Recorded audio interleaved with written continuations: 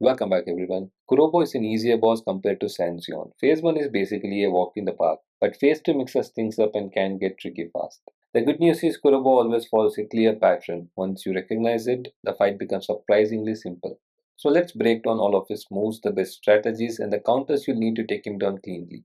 And as always, if this guide helps you out, make sure to like and subscribe. It really helps the channel out. In Phase 1, there are three main combos, and all of them end with a red flash power attack. The great thing is all three are easy to parry, so you can follow up with a fatal flash to get the blood essence drop and make sure to land a full combo which knocks him back. At that point trigger your ultimate technique. It'll fill instantly from the blood essence. Just make sure to use it when he stops moving, otherwise he'll jump back and avoid the attack.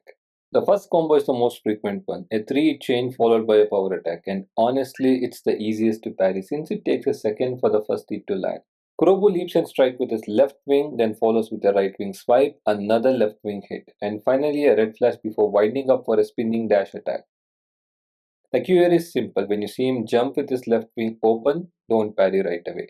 The parry window isn't when he lands, it's when his wings actually come down for the first hit. So wait just a moment, then press triangle for a perfect parry. From there, follow the drill. But if you happen to miss the parry, don't worry. Just hold on block, wait for the red flash, and counter with your blood driven attack to stagger him and land your attack. And the best part is if you keep your distance, you can actually bait Kurobo into leaping and repeating the same combo over and over again. The second combo is a 4-hit chain followed by a power attack, and this one's much faster. There's barely any wind-up animation here. Kurobo quickly lifts both his forelimbs with his right leg slightly higher and slams down with the right leg. He then follows up with a left leg slam, a bite attack, and a quick backflip wing strike, before finishing with a red flash and a head bash power attack.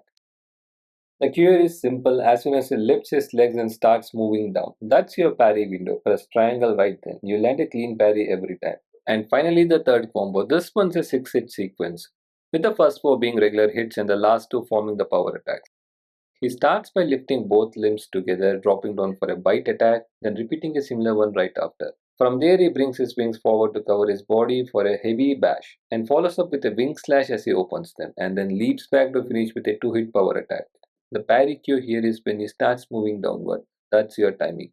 From there, just follow the same counter flow. If you parry, go straight into Fatal Flash and Ultimate. If you miss the parry and end up blocking, hold until the red flash, then use your blood driven counter to stagger and reopen your punish window. Next up is a single bite attack.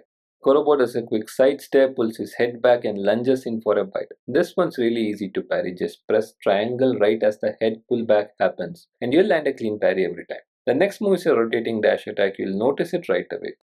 Kurobo lifts only his left wing to his side, and you will see a small gust of wind form around it before he dashes forward spinning. For this one, don't try to parry, just hold block and ride it out safe. And the last one is when he flaps his wings and hovers over the arena, sending out 2 tornadoes that track toward you. As soon as you see the animation start, use flying swallow to move away quickly and avoid getting caught in the tornadoes. Now, once you completely drain his first health bar, Kurobo enters phase 2. He becomes enraged, the wind starts blowing harder, and then he goes completely supersonic, blasting off into the air and circling the arena at insane speed. After a few rounds, he'll suddenly stop, dive in with a power attack, and rush at you like a bullet. He then does a sharp 180 turn and follows it up with another dash as he lands. Now here's the trick. He does this sequence twice in phase 2, and he always stops in front of the tree beside the shrine every single time. So as soon as you see this move coming, just face that direction and wait for the red flash. The moment you see it, press R1 to launch yourself into the air. You'll cleanly dodge both the initial rush and the follow-up dash. And yes, in phase 2 you can actually lift off into air for a short time thanks to the stronger winds, which makes this the best way to dodge the attack entirely. After he lands, you can safely dash in and land a few quick attacks before the next part of the fight begins.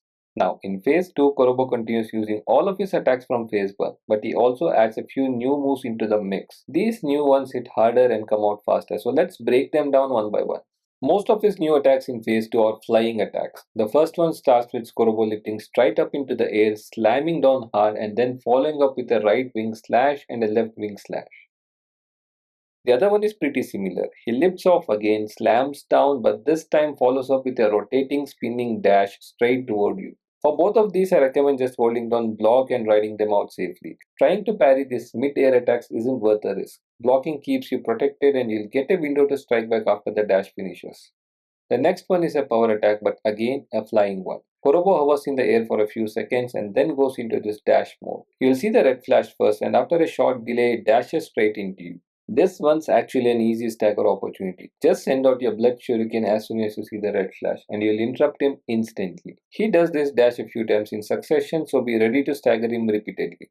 But here's the thing to keep in mind. When you go in for your counterattacks after staggering him, be careful. He'll still be hovering slightly above the ground, so you need to be close enough to make sure your hits actually connect. And if your attacks start missing, Kurobo will either smack you down with his wings or clap them together to create a blast. You can dodge or block them, but stay alert. If you're still hovering, just make sure to use long-reaching attacks so you don't get punished. And finally, there's a ranged attack where he sends out his bells and they create a tornado blast that tracks you and hits you. He uses this both on the ground and in the air. For this one, blocking is my recommendation. It's the safest and most consistent way to avoid taking damage.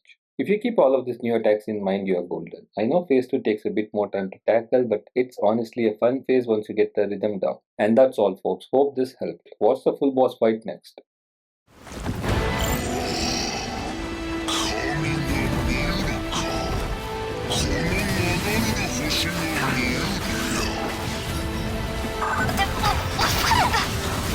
Behold, the god of Fuhaku Sanctum, guardian of this shrine. God or not, he'll die all the same.